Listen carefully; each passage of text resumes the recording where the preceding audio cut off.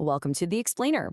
Today, we are decoding a really crucial native English phrase that's absolutely going to help you Japanese-speaking learners make your everyday conversations sound, well, incredibly natural. It's the kind of expression you won't always find in standard textbooks, but trust me, you'll hear it every single day. So let's unlock your fluency. Let me ask you a quick question. Have you ever actually thought about your own physical risk tolerance? Picture this. Imagine it snowed yesterday, right? And right in front of you is a set of completely icy stairs.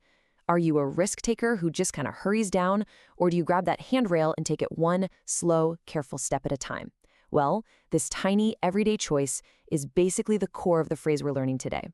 Okay, let's dive into this. Here is our agenda for today. 1. The psychology of risk. 2. Defining play it safe. 3. Everyday anecdotes.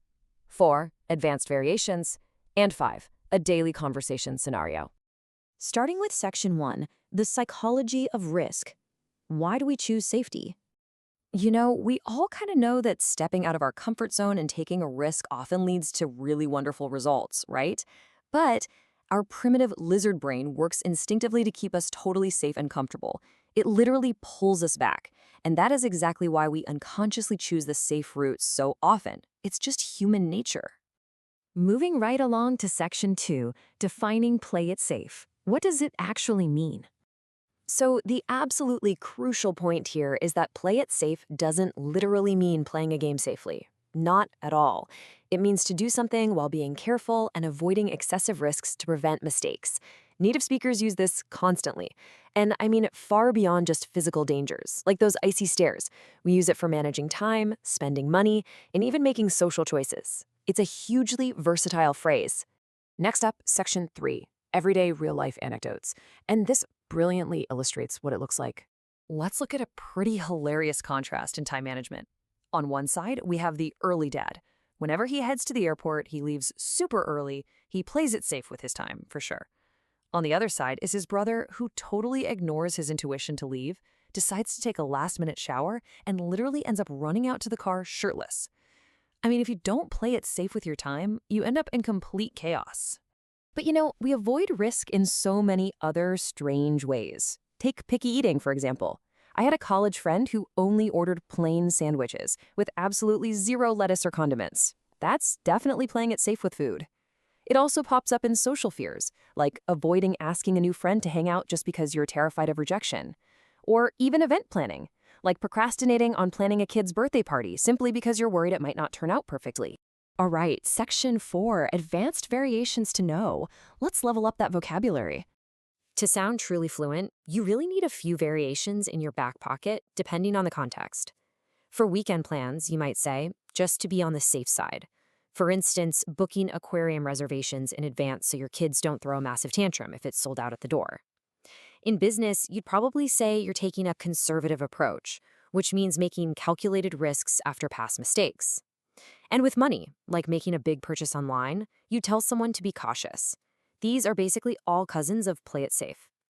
And finally, Section 5, Daily Conversations Scenario.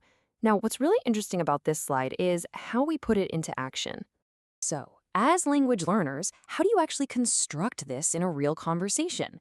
Well, when native English speakers make cautious plans, they intuitively follow a pretty structured step-by-step process. Step 1, identify the risk. Let's say a popular restaurant might be completely full.